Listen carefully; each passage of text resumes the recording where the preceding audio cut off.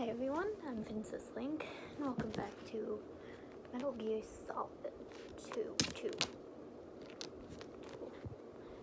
Chapter 14. Raiden rushed carelessly out of the lift when it reached the strut A roof. He ran to the AF connecting bridge without taking precautions against patrolling guards or floating ciphers. Miraculously, he was alone. The readout on his codec told him he had 205 seconds left to find Batman's bomb. He hurried across the bridge and then traversed Strut F's roof. Raiden spotted a guard on the FE connecting bridge, but as he ran closer, the operative saw that the guard was dead. He was still standing, leaning against the bridge railing like a scarecrow. As Raiden sped past him, whatever freak balancing trick nature had played on the man collapsed.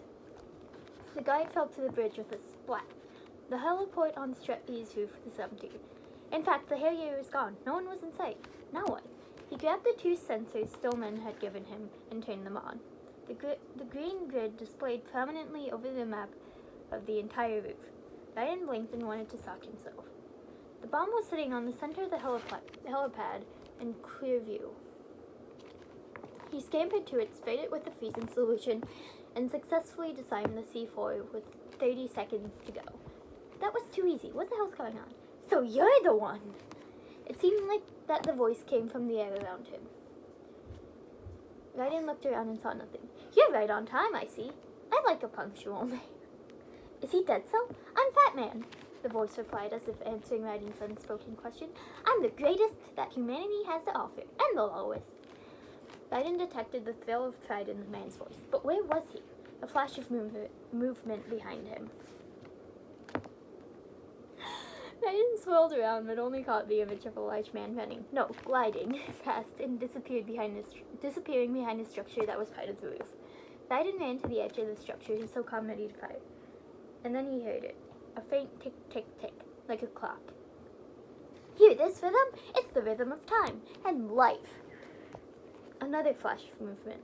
This time Raiden saw a little more. The guy was indeed overweight. The gliding effect was accomplished by wheels on his feet. He was wearing rollerblades. Despite his size, Batman was surprisingly agile and adept at using them. Don't you love the sound? I used to hang around department store clock counters. The bomber's swift movements and ethereal mocking voice disoriented Raiden. The operative whirled on his feet to get a clear shot of the skating figure, but the man was too quick. Raiden ran forward to the end of a large shipping container and still couldn't find the dead cell member. Life is short. Raiden turned around again. Batman stood behind him at the other end of the container. He was dressed in a green blast suit, the high shield collar hiding his chin and mouth. Only his piercing eyes were uncovered. Batman's head was bald and shiny, but the scalp was burned in a map of scar tissue. In his hand, he held a cocktail glass filled with red wine. The hand that held the glass was as white and slender as a ballerina's, every nail painted with scarlet fingernail polish. An Uzi was flung over his shoulder, and he wore a stuffed backpack, probably full of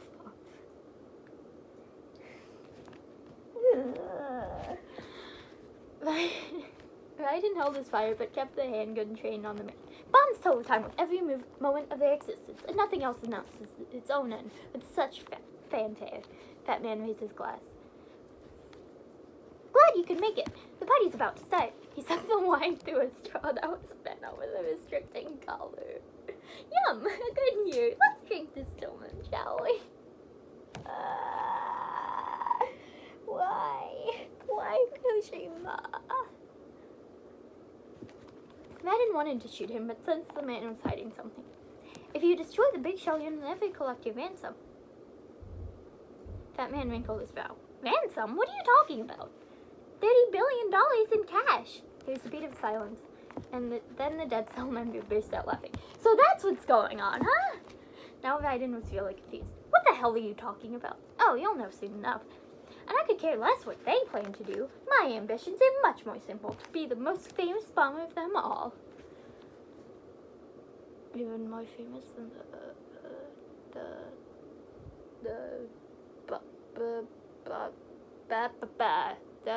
the guy that blew up that one race. The Boston Marathon bomber guy. Mexico. You're nuts. No one's gonna give a damn about you. Oh, yes, they will. I'll go down in history as the man who beat Peter Stillman. That's the only reason I assisted him. Them. Like how you beat Stillman. Stillman, he had your number. What did you say? There was anger in Fat Man's voice. You have nothing of his courage or... Fat Man cut off Raiden with sneering laughter. What are you laughing at? That croc died a dishonorable death 6 months ago. 6 months ago? The decimation of Death's Hell? Raiden asked. Call it what you want. Only the right stuff survived that hell. It set me free, you know. Opened the way to a new dimension so that I could become the emperor among detonation devotees. You're nothing but a common criminal. And that's the only way people will ever remember you. That man flung his glass to the roof, shattering in pieces. What is a man? A miserable little pile of secrets. How dare you? I'm an artist. He then whisked away on his rollerblades, moving swiftly behind the container. This is why I dislike boyish military types. He stuck his head out and announced, It's time to start the party. This is how it works. I planted a bomb, and it explodes soon after that. If you prefer to say in one piece, you'll have to disable my bombs. Laugh and grow fat. Let's move. He bellowed huskily and then skated away from the container. Raiden fired the SOCOM at him, but Fat Man's blast suit deflected the bullets. Raiden cursed and ran to the spot where the bomber had just been. Sure enough, he had a pack of C4 ticking away. Raiden quickly grabbed the coolant, shook it, and sprayed it on the explosive. By then, of course, Fat Man had already planted another bomb. Here's one for you, he laughed. He skated away from a ventilation duct. Raiden tried to shoot him again. The exposed bald head was perhaps the only viable target on the man's body, but the bomber was simply too fast on his rollerblades. Raiden rushed to the ventilation duct and sprayed the coolant on the C4 there. He then twisted around in time to see Fat Man place 2 bombs side by side at the edge of the roof. Next up, the happy couple. But instead of skating away, Fat Man pulled the Uzi off his shoulder, aimed it at Raiden, and fired. You're looking for a ghetto hobbit with a Uzi. I'm the magic man at the magic school. Loan me a dragon, I wanna see space. I'm the magic man, got a magic goose. She can know how it better ever disrespect my mouth. I love that lip reading. A wave of bullets sprayed across the area where the operative stood, forcing him to leap up and over the ventilation duct. He barely avoided the deadly barrage. Fat Man laughed again and rolled away. Raiden bolted to his feet and raced across the roof to the edge. He sprayed the coolant on the 2 bombs just as the digital readout next to the diode displayed. 3 seconds. Fat Man was setting them to explode even earlier than before. How do you like it in there? How do you like it in 3? Fat Man shouted. He waved at Raiden from across the roof, and then he skated across the heliport out of sight. Raiden took off toward the spot, worried how long he'd be able to keep up this game. He reached a trio of C4 bundles just as their readout indicated 4 seconds left. Thank goodness there was still coolant in the canister. But how much more was there? Time to deploy offensive tactics. Raiden skated across the helipad and stepped up and onto the ventilation grill he'd utilized earlier. Using that as a stepping stone, he climbed on top of the adjacent metal container. Now at a higher vantage point, Raiden could see the entire roof, as well as the skating Fat Man from above. Raiden pointed the SOCOM at the shiny bald head and squeezed the trigger. The death cell bomber jerked as a red puff burst off the side of his head. He screamed in agony and lost his balance. He fell to the roof hard, rolled, and landed on his back. Raiden jumped off the container and ran to him, the handgun ready for another shot. It wasn't necessary. That man was mortally wounded. The side of his scalp was a mangled mush of blood, tissue, and bone. The blast suit collar was already soaked in redness. The man's eyes... I saw your friends drowning in blood. I hope you fall when you burn fries. The bullfrog hates you. I saw your friends drowning in blood. And it's all Kissel shaver, bead with glare.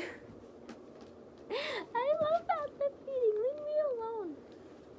Man's eyes opened and focused on Raiden. My suit. I've nothing to wear. To the party.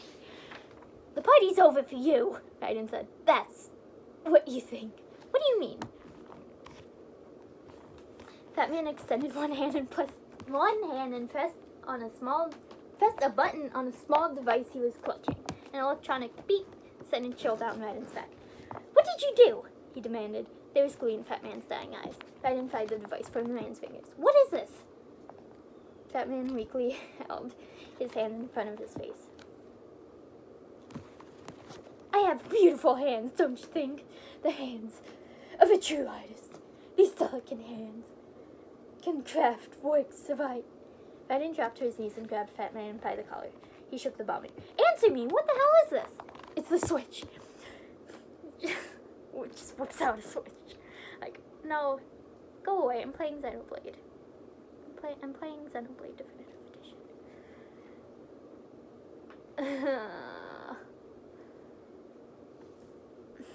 I don't like not one more day. Happy New Year. They keep confusing one more day and Happy New Year's, which is fitting because I hate them both. Boy. Anyway. It's the switch for the biggest bomb in this entire place. And it's no use. Once it's activated, there's no stopping the count. Where did you plant it? Raiden looked around, but the reef was empty. Where is it? Somewhere in this area. Don't worry, it's very close by. Raiden put the SOCOM's barrel against Fat Man's forehead. Where is it? Go ahead, shoot me. I'm already dead. Damn you! Think you can find it? When it goes off, it'll take the big shell with it. He smiled sadly. This is the highlight of the party. Bring it on, I say. They'll be happy too. I die here, inside my legend. Too bad you won't be around to see the movies. Laugh and grow fat. With that, the bomber exhaled heavily, shut his eyes, and went limp. His head flopped to the side. Raiden lost it. He grabbed the corpse by the suit collar and shook it violently. Where is the bomb? Where is it? Don't you die yet? Don't you... He stopped. Just under the man's shoulder was a faint red light. Raiden pulled the heavy man up and pushed him over onto his side. The backpack and everything with it in it was set to explode. Raiden gasped and grabbed the coolant. He shook it and sprayed the explosives. He covered the entire thing with fine white foam until the canister was nearly empty. The glowing diode faded away. Raiden breathed a sigh of relief and stood. The codec buzzed. Good work, Raiden, the colonel said. Looks like all the bombs are neutralized. One of their main leverages is now gone. That leaves... Colonel, Fat Man didn't seem to know about the ransom demands. Intentionally kept in the dark, I'd say. He seemed to be coming from a very different place from the other terrorists. Raiden wasn't satisfied with that answer. But what could he say? Raiden, a lot of hostages, our president included, are still in danger. Keep your mind focused on protecting them. What are my orders, then? Even he could hear the sarcasm in his own voice. Not good. Rescue the president. We have no idea where he is. You haven't gone into Central Core yet. I suggest you start there. The colonel signed off as another call came in. How are you doing, kid? Pliskin, is everything all right? Could be better. Looks like I was out cold for a while. How did you manage to stay alive? Had a little help from a friend. A friend? Pliskin didn't explain. What about the bomb? Defused. And Fat Man, too. That's good news. How's Shell, too? It's a mess. The bomb crippled Short Age.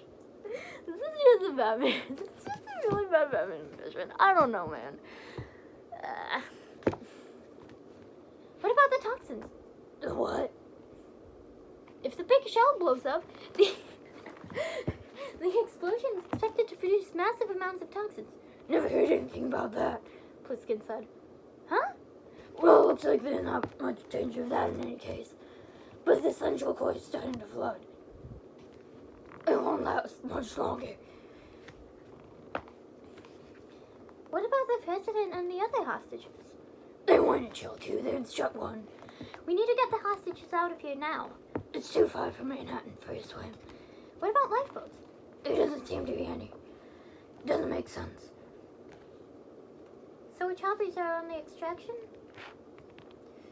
Right, and it comes with a passenger limit. Intel has it that there are about 30 hostages. It'd take more than a single trip. We'll have to come back then. Can you pilot a chopper? Raiden asked. No, but I brought a gearhead with me.